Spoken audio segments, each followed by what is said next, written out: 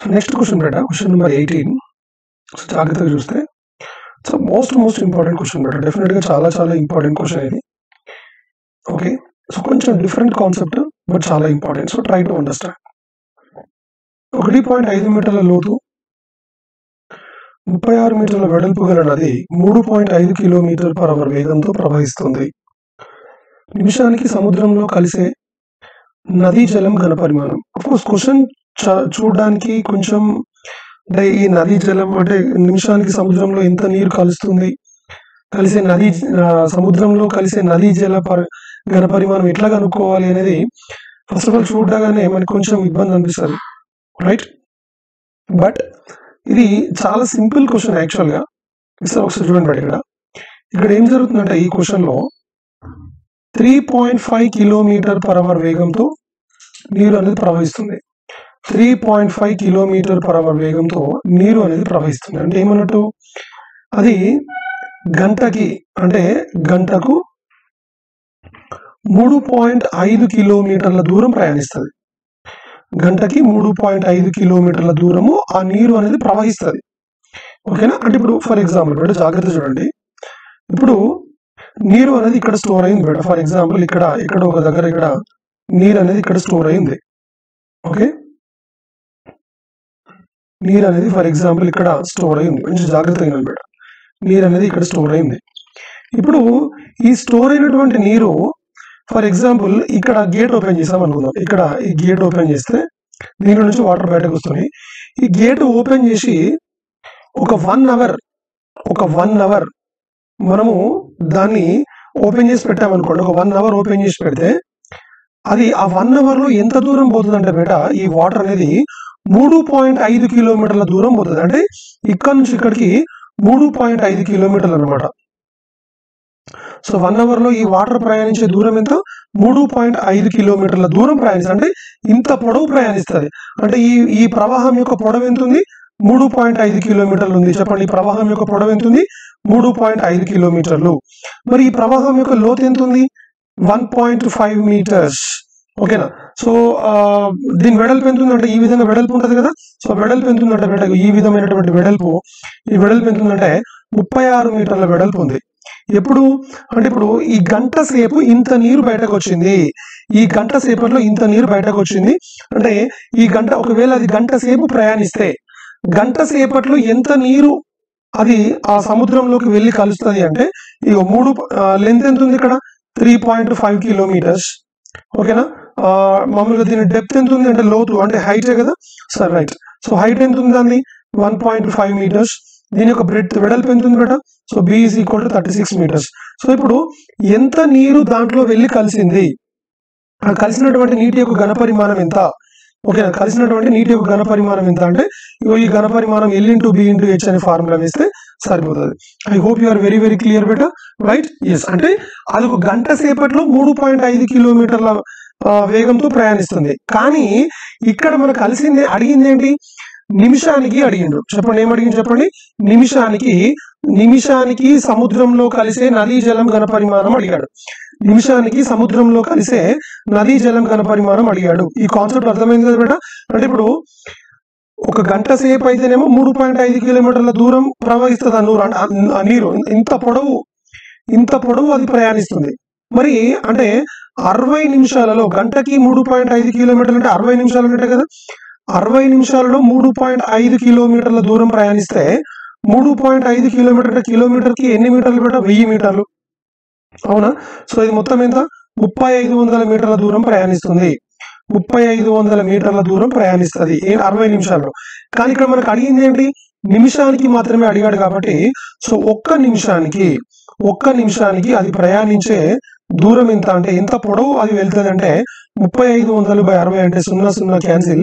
So 350/6 మీటర్ల దూరం ప్రయాణిస్తుంది అది. అంటే అది ఎంత ఒక నిమిషంలో అది ఎంత దూరం ప్రయాణిస్తుంది అంటే విషయం ఏంటంటే ఇక్కడ ఫర్ ఎగ్జాంపుల్ ఒక గేట్ వాల్ ఉంది అనుకోండి. ఈ గేట్ వాల్ ఒక నిమిషం సేపు మనం ఓపెన్ చేసి పెడితే ఈ నీరు అనేది ఎంత దూరం వెళ్తుంది అంటే ఇక 350/6 మీటర్ల దూరం వెళ్తుంది. ఓకేనా? అంటే ఇప్పుడు దీని ఒక వాటర్ ట్యాంక్ లాగా తీసుకుంటే దీని పొడవు 350/6 మీటర్లు ఉంది. లోతు ఎంత ఉంది? 1.5 మీటర్స్ ఉంది. సో దీని యొక్క వెడల్పు ఎంత ఉంది? 36 మీటర్స్. అంటే ఒక వాటర్ ట్యాంక్ యొక్క పొడవు 350/6 మీటర్లు, లోతు 1.5 మీటర్లు, వెడల్పు 36 మీటర్లు ఉంటే దాంట్లో ఎన్ని నీళ్ళు అయితే పడతాయో ఈ వాటర్ కూడా గంటకి 3.5 కిలోమీటర్ల వేగంతో ప్రయాణిస్తే దాంట్లో నుంచి అన్ని నీళ్లు ఆ సముద్రంలో కలుస్తాయి అన్నమాట, ఆ నది నుండి. ఓకేనా, రైట్. సో ఇప్పుడు మరి ఇక్కడ లెంత్ ఎంత వచ్చింది బేట? What is the length?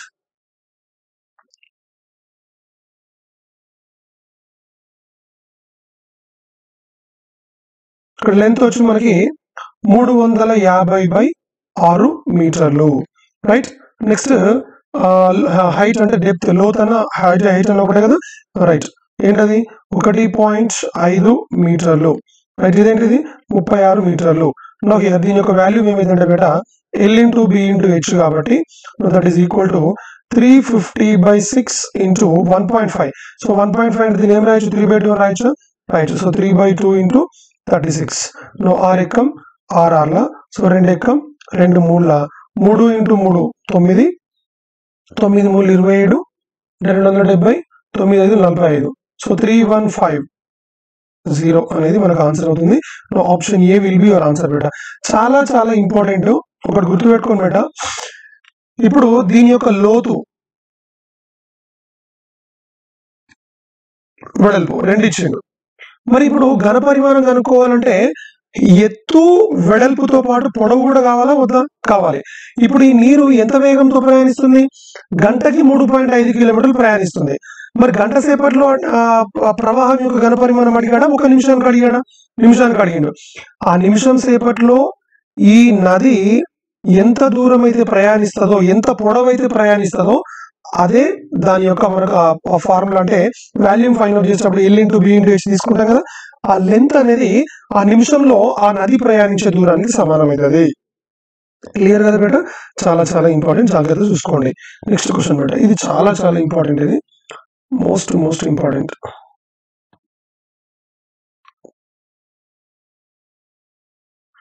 ఎనభై మీటర్లు ఇంటూ 40 మీటర్ల దీర్ఘచతురస్రాకారపు ట్యాంకులోకి 40 చదరపు సెంటీమీటర్ల మొదలు ఉన్న గొట్టం ద్వారా 10 km/h వేగంతో నీళ్లు పడుతున్నాయి.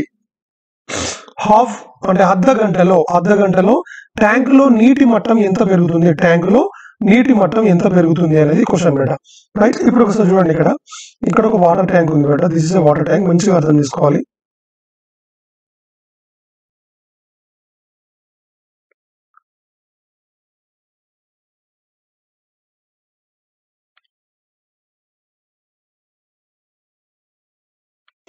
దీని యొక్క పొడవు ఎంత ఉంది?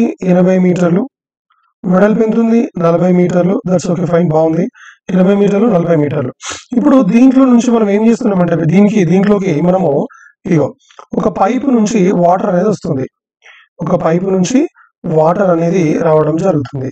ఓకేనా? పైపు నుంచి వాటర్ అనేది రావడం జరుగుతుంది.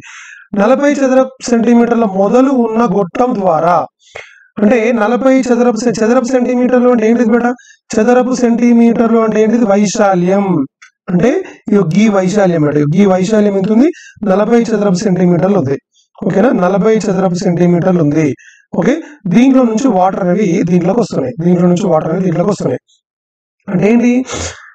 ఈ వాటర్ అనేవి ఎంత వేగంతో వస్తున్నాయి? గంటకి 10 కిలోమీటర్ల వేగంతో వస్తున్నాయి. ఓకేనా, రైట్. ఇప్పుడు అర్ధ గంటలో ఈ ట్యాంక్ లో నీటి మట్టం ఎంత పెరుగుతుంది అనేది క్వశ్చన్ బేట. ఇప్పుడు నాకు ఒక విషయం చెప్పండి. ఇంతకు ముందు ఆ కాలువలో ప్రయాణించినటువంటి నీటి యొక్క ఘన పరిమాణం అంటే ఆ కాలువ యొక్క పొడవు అంటే ఏంది? ఆ 1 నిమిషం సేపట్లో ఆ కాలువలో నీటి ప్రయాణించినటువంటి దూరం, అదే పొడవు తీసుకున్నాం. ఏంటది? లెంత్ ఇచ్చాడు, లోతు ఇచ్చాడు, వెడల్పు ఇచ్చాడు. మరి ఇక్కడ ఏమి ఇచ్చిండు బేట?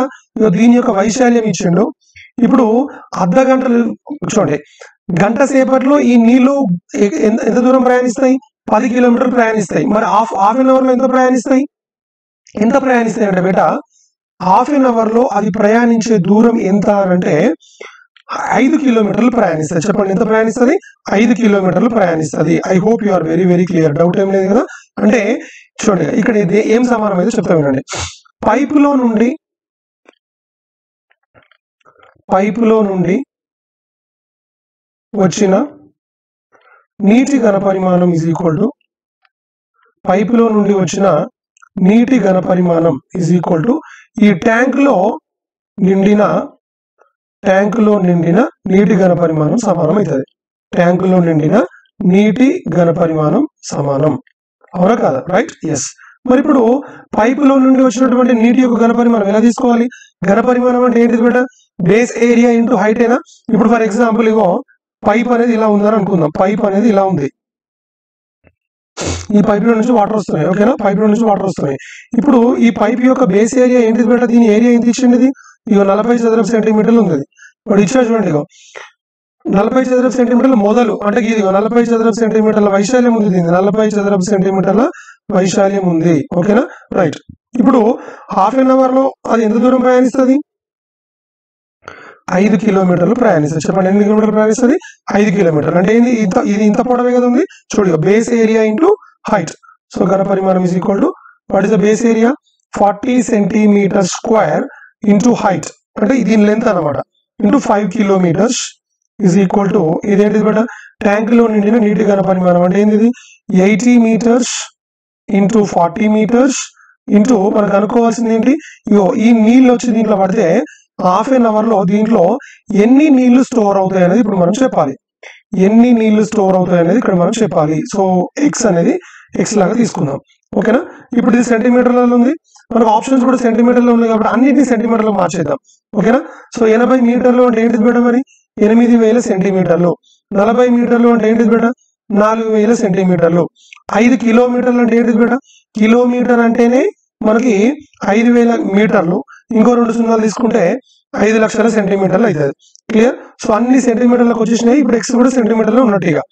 సో ఇది 1 సున్నా, 5 సున్నాలు, మొత్తం 6 సున్నాలు. సో ఇది ఒక 6 సున్నాలు మొత్తం క్యాన్సిల్, 4 క్యాన్సిల్. ఈ 8 తీసుకొస్తే అప్పుడు ఎక్స్ ఈజ్ ఈక్వల్ ఏంటిది బేట? 5/8 మీటర్స్. ఇది కొంచెం జాగ్రత్తగా వింటేనే తప్ప లేకపోతే రాదు. జాగ్రత్త చూడండి. క్లియర్ కదా బేట? ఒకటే విషయం గుర్తుపెట్టుకోండి, ట్యాంక్ లో స్టోర్ అయినటువంటి నీటి యొక్క ఘనపరిమాణం అనేది ఆ పైపులో నుంచి వచ్చినటువంటి నీటి యొక్క ఘనపరిమాణానికి సమానం ఉంటుంది. సో పైపులో పైపులో నుంచి ఎన్ని వాటర్ వస్తున్నాయి, ఆ వాటర్ అనేది దేనికి ఈక్వల్ అవుతుంది? ఆ వచ్చినటువంటి నీళ్లు దేనిలో పడుతున్నాయి? ట్యాంక్ లో పడుతున్నాయి. ఆ ట్యాంక్ యొక్క ఘనపరిమాణానికి సమానం. మరి ట్యాంక్ యొక్క కొలతలు మనకు తెలుసు. ఏంటది? లెంత్ ఇచ్చాడు, బ్రెడ్త్ ఇచ్చాడు. సో మనము హైట్ మనం కనుక్కోమన్నాడు. ఇంకోటి, ఆ పైప్ నుంచి వచ్చినటువంటి నీళ్ళ యొక్క ఘనపరిమాణం ఎలా తీసుకోవాలి?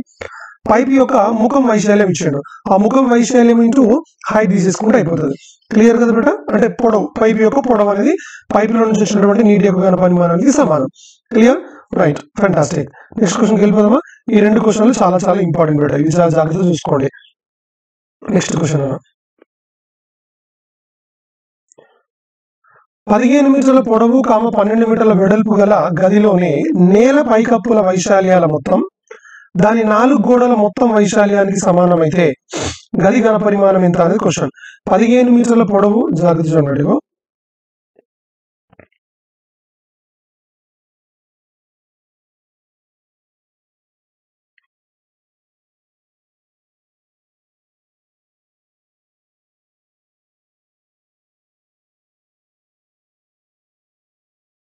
15 మీటర్ల పొడవు, ఇగో 12 మీటర్ల వెడల్పు, ఓకేనా?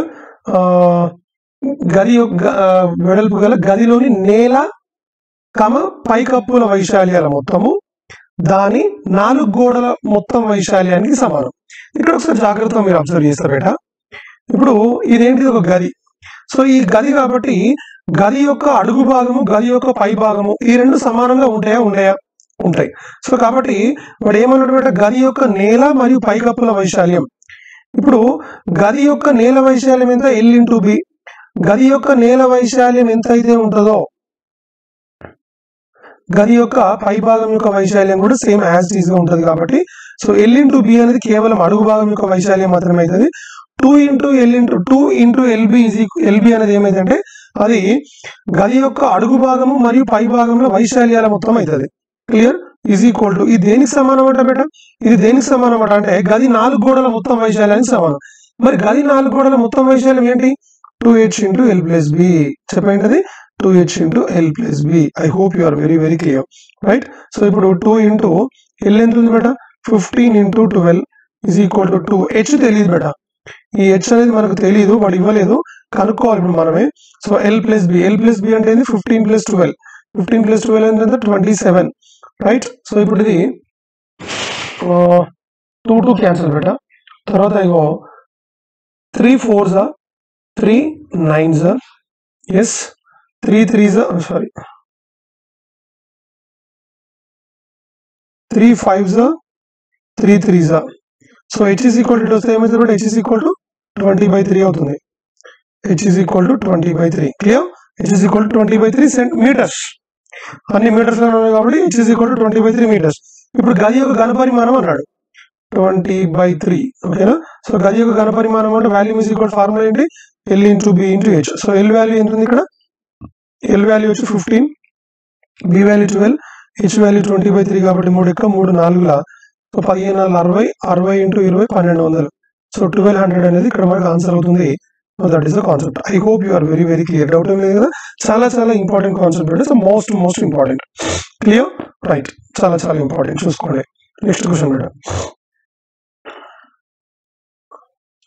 ఒక ఘనం పొడవు వెడల్పు ఎత్తుల మొత్తం అంటే ఒక ఘనము పొడవు వెడల్పు ఎత్తుల మొత్తం అంటే పొడవు ఎల్, వెడల్పు బి, హైట్ హెచ్ అనుకుంటే మొత్తం ఎంత ఉంది? 19 సెంటీమీటర్స్. Okay, right.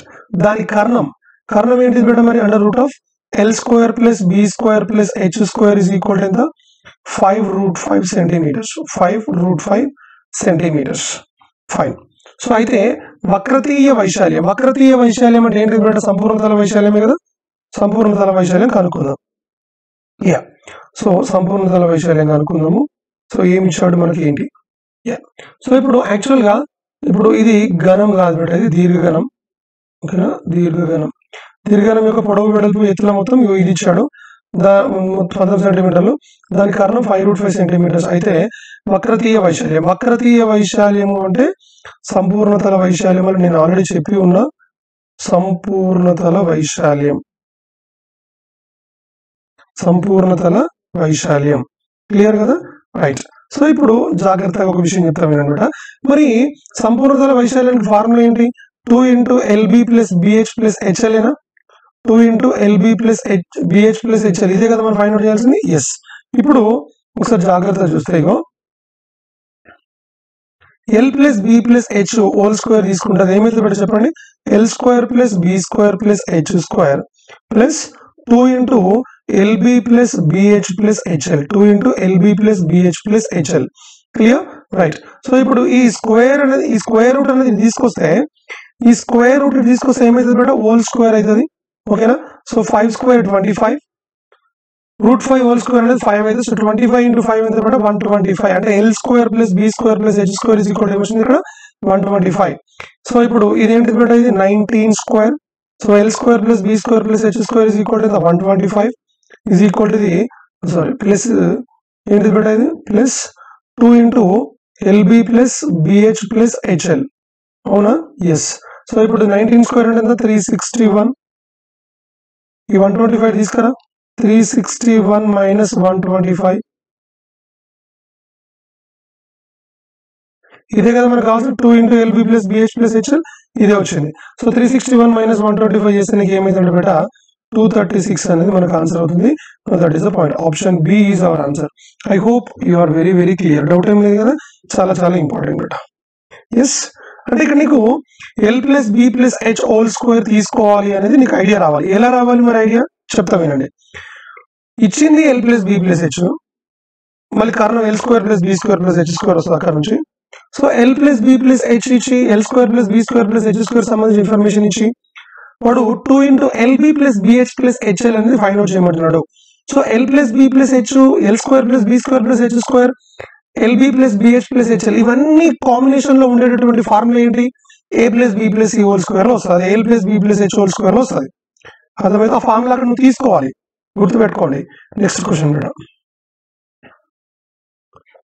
ఒక ఈత కొలను 9 మీటర్ల వెడల్పు 12 మీటర్ల పొడవు ఉంటూ మెరకగా ఉన్న భుజం వైపు లోతు 1 మీటరు, లోతుగా ఉన్న భుజం వైపు 4 మీటర్లు అయితే దాని ఘనపరిమాణం ఎంత అనేది మన క్వశ్చన్ బెట. దాని యొక్క ఘనపరిమాణం ఎంత అనేది మన క్వశ్చన్. ఇది చాలా చాలా చాలా ఇంపార్టెంట్ క్వశ్చన్ బెట. యాక్చువల్ గా చాలా చాలా ఇంపార్టెంట్. అసలు ఏంటి ఈ కాన్సెప్ట్ అనేది ఏంటి అనేది ఫస్ట్ ఆఫ్ ఆల్ తెలుసుకోవాలి. What is the concept of this particular question? అసలు క్వశ్చన్ చూస్తేనే మనకి ఇదేదో డిఫరెంట్ గా ఉన్నట్టు అనిపిస్తుంది. ఏంటి ఇది చూడండి. ఒక ఈత కొలను ఎంత వెడల్పు ఉంది బెట? ఇగో 9 మీటర్ల వెడల్పు ఉంది. ఇది ఒక ఈత కొలను.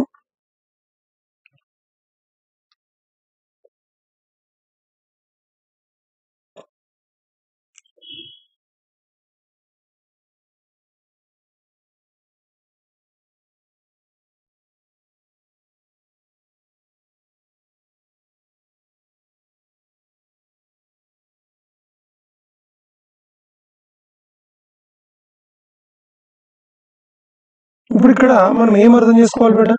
ఈ ఈత కొలను అనేది ఒక వైపు దీని యొక్క వెడల్పు ఎంత ఉంది? ఇక వెడల్పు వచ్చేసి 9 మీటర్స్ ఉంది. ఇక్కడ దాకానే. పొడవు ఎంత ఉంది? 12 మీటర్స్ ఉంది. కానీ ఈ యొక్క స్విమ్మింగ్ పూల్ అనేది లోతుగా ఉన్న వైపు లోతు ఏమో 4 మీటర్లు ఉంది బేట లోతు. కానీ ఇక్కడ ఎంత ఉంది లోతు? చెప్పండి. ఇక్కడ లోతు ఎంత ఉంది? కేవలం 1 మీటర్ మాత్రమే ఉంది ఇక్కడ లోతు. ఇక్కడ 1 మీటర్ మాత్రమే ఉంది లోతు అనేది. ఇక్కడ 4 మీటర్స్ ఉంటే ఇక్కడ 1 మీటర్ ఉంది. ఓకేనా?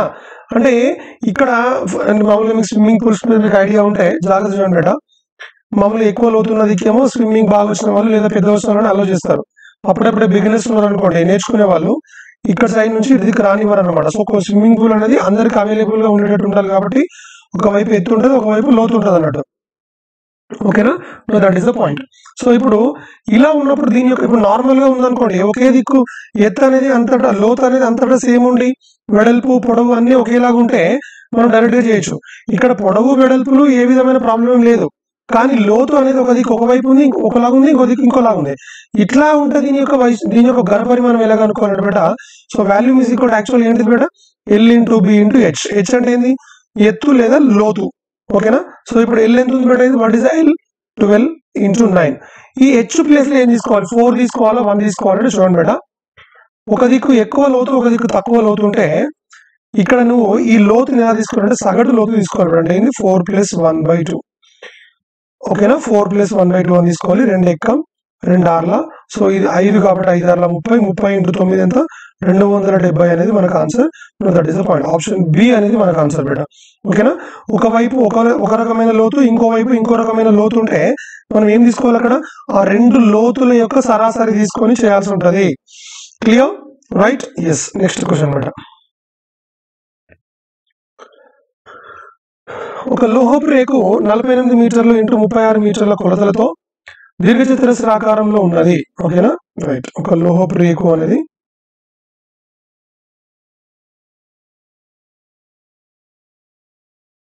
ఇది 48 మీటర్లు, ఇది కూడా 48 మీటర్లు, ఇది 36 మీటర్లు, ఇది కూడా 36 మీటర్లు. ఓకేనా? ఈ విధంగా ఉంది. ఇప్పుడు దీన్ని మనం ఏం చేస్తామంటే మేడం, జాగ్రత్త చూడండి, మంచిగా అర్థం చేసుకోవాలి. ప్రతి మూల దగ్గర చతురస్రాకారంలో కత్తిరించి పెట్టెలాగా తయారు చేశారు. ఇక ప్రతి మూల దగ్గర దాన్ని ఏం చేసాం మనము? ఒక చతురస్రంలాగా కట్ చేసినాం.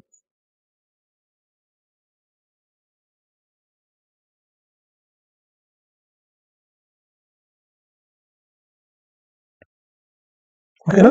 ఎంత చతురస్రం కట్ చేసినాం? ఇది 8 మీటర్లు, ఇది కూడా 8 మీటర్లు. సో ఇది 8 మీటర్లే, ఇది కూడా 8 మీటర్లే. అంటే అప్పుడు అన్ని కూడా చతురస్రం ముక్కలు అయితే కదా, 8 మీటర్లు 8 మీటర్లు 8 మీటర్లు అన్ని 8 మీటర్లే అయిపోయినాయి. ఓకేనా? రైట్. ఇప్పుడు ఇది కూడా 8 మీటర్లే. ఇప్పుడు చిన్న విషయం చెప్తాం వినండి బయట. ఇక్కడ ఇప్పుడు దీన్ని ఏం చేసాం? ఇక్కడ దీన్ని ఏం చేసాము అనంటే ఒక పెట్టెలాగా దాన్ని తయారు చేసినాం. పెట్టె కనపడి ఒక పెట్టెలాగా దాన్ని తయారు చేసినాం. పెట్టెలాగా తయారు చేయాలంటే ఎలా వస్తుంది బేట? అది జాగ్రత్త చూడండి. ఇగో ఇక్కడ నుంచి ఈ భాగాన్ని ఏం చేస్తామంటే ఈ భాగం అనేది ఇట్లా పైకి వస్తుంది, మళ్ళీ ఈ భాగం అనేది ఇటు పైకి వస్తుంది, ఈ భాగం అనేది ఇటు పైకి వస్తుంది, ఇగో ఈ పోర్షన్ అనేది ఇటు పైకి వస్తుంది. అంటే మొత్తము ఇప్పుడు ఈ విధంగా ఉన్నదాన్ని మనం ఏం చేసినామంటే దీన్ని ఇటు ఫోల్డ్ చేసినాం. ఓకేనా? ఇగో మామూలు ఇప్పుడు ఇక్కడ ఏం జరుగుతుందంటే బేట, ఇప్పుడు ఈ విధంగా కట్ చేసినాం కదా అని ఇట్లా ఈ విధంగా మామూలుగా అది ఎలా ఉంది? ఇట్లుంది, ఈ విధంగా ఉంది కదా. రైట్. సో ఈ విధంగా ఉన్నదాన్ని మనం ఇప్పుడు ఏం చేస్తున్నామంటే ఇగో అక్కడికి ఎడ్జ్ని ఇట్లా తీసా, ఓకేనా, ఇక్కడికి ఎడ్జ్ ని ఈ విధంగా తీసుకొచ్చినాం, ఈ విధంగా తీసుకొచ్చినాం, ఈ విధంగా తీసుకొచ్చినాం. ఇట్లా తీసుకొస్తే ఇక్కడ ఒక బాక్స్ అనేది ఫ్రేమ్ అవుతుంది. ఎట్లా ఫ్రేమ్ అవుతుంది బాక్స్ అనేది? ఇగో ఇది పొడవు, ఇది వెడల్పు, ఇది కూడా వెడల్పే, ఇది కూడా వెడల్పే.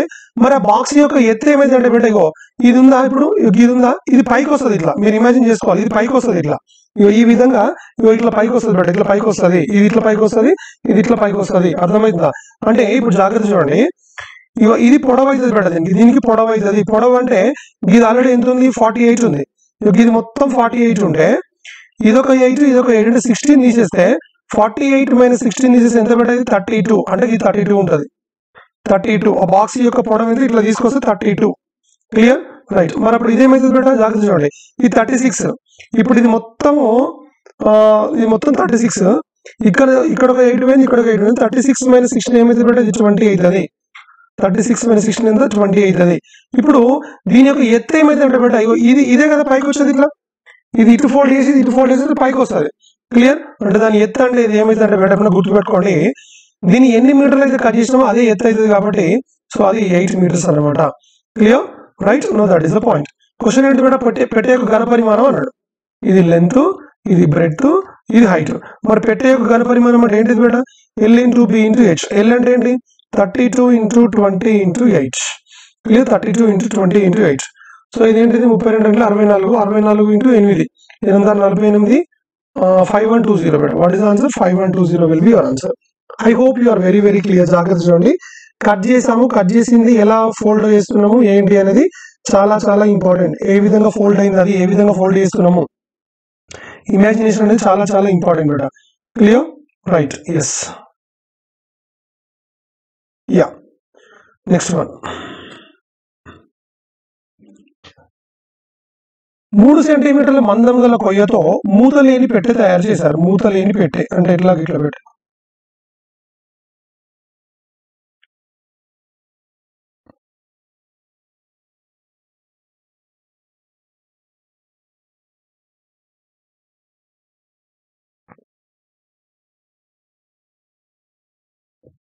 ఇట్లా ఒక మూత లేని పెట్టి తయారు చేసేది బేట. ఓకేనా, రైట్.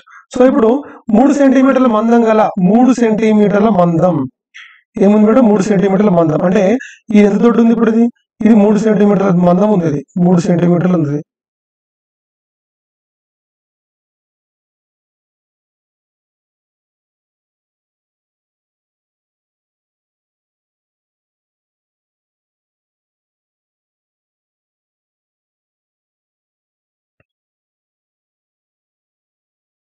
ఇది 3 సెంటీమీటర్ల మందం ఉంది బేట ఇది. ఓకేనా, రైట్. సో ఇప్పుడు దాని బాహ్య పరిమాణాలు 1.46 మీటర్స్. అంటే ఇగో ఇదేమో 146 సెంటీమీటర్లు ఉంది బాహ్య పరిమాణాలు. అంటే 1.46 అంటే 1.46 మీటర్స్ అంటే ఏంటి బేట, 146 సెంటీమీటర్సే కదా. నెక్స్ట్ వెడల్పు వచ్చి 1.16 మీటర్స్ అంటే 116 మీటర్లు.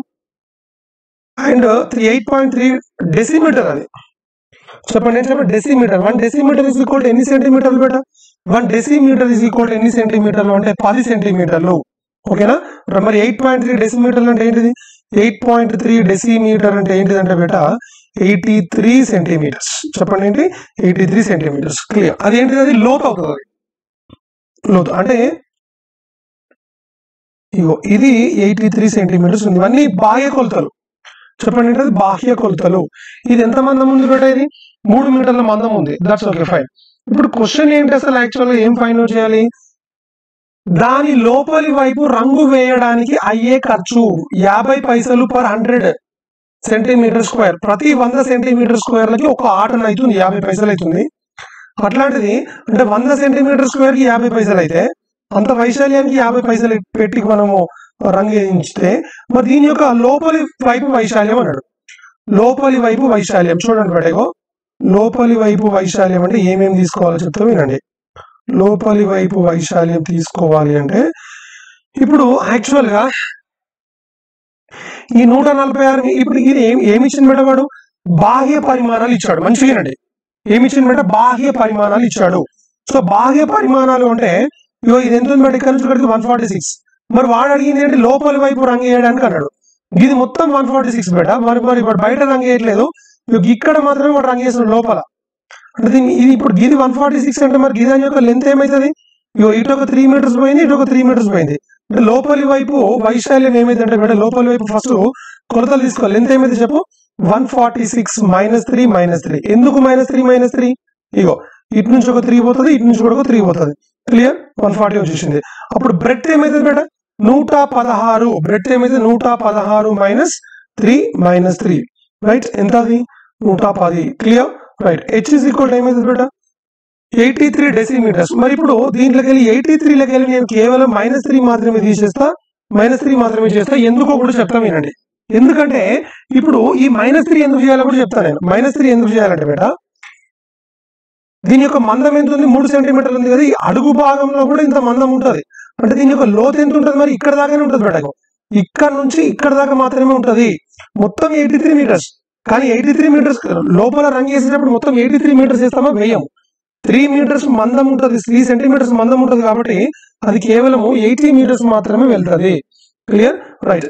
ఇప్పుడు బాహ్య పరిమాణాలు, ఇప్పుడు లోపలి వైపు రంగు వేస్తున్నాము అంటే 4 గోడలకు వేయాలి మరియు అడుగు భాగానికి వేయాలి. మరి పై భాగానికి మూతలేని పెట్టినప్పుడు అసలు పై భాగంలో కలర్ అనేది ఉండదు, లోపల వైపు మాత్రమే వేస్తున్నాం మళ్ళా.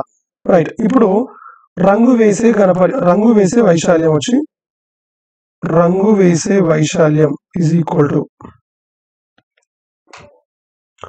4 గోడలు అంటే ఏంటిది మేడం, 2h × l + b. అడుగు భాగం అంటే ఏంటిది మేడం, l × b. క్లియర్. ఎందుకు, అడుగు భాగం యొక్క వైశాల్యం అంటే పొడవు వెడల్పులే ఉంటాయి కదా.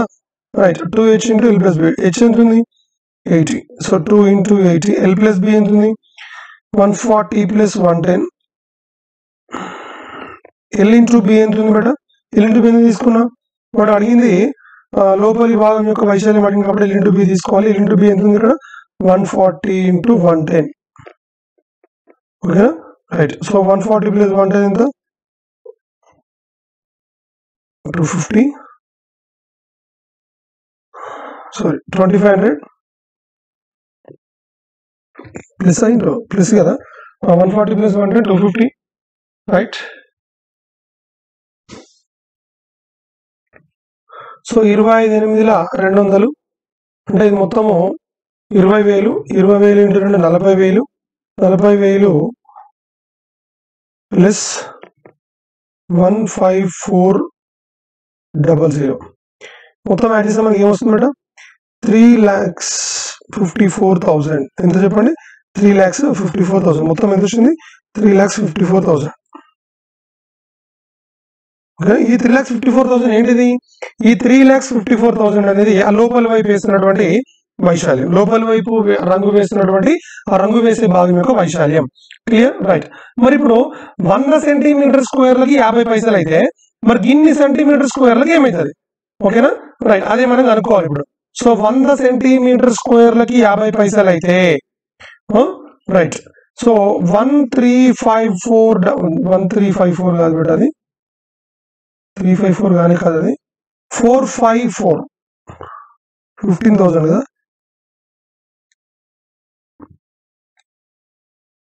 ఇది 15,400 ఇది. సో దీనికి యాడ్ చేస్తే 554,000 అవుతుంది. సో 554,000కి ఎంత ఖర్చు అవుతుంది అంటే, ఇక 2 0 క్యాన్సిల్, 50 పైసలు అంటే 1/2 అయినా, రైట్. సో 554 × 1/2 అంటే 2 ఎక్కం 2, 2 2 4, 2,14. No, what is the answer beta? 277 will be answer. I hope you are very clear. Doubt ఏం లేదు కదా, చాలా సింపుల్. చూడండి, ఇక్కడ ఒక పెట్టె ఉంది, దానికి మూత లేదు. దాని యొక్క అంటే దాని యొక్క పొడవు ఎలా తీసుకోవాలి, వెడల్పు ఎలా తీసుకోవాలి, దాని యొక్క లోతు ఎంత వరకు తీసుకోవాలి, -6 ఎప్పుడు చేయాలి, -6 ఎప్పుడు చేయాలి, -3 ఎప్పుడు చేయాలి, చాలా important. Clear, right. It's most important concept. ఇది చాలా ఇంపార్టెంట్ ఇది. Clear, right. Yes, yeah.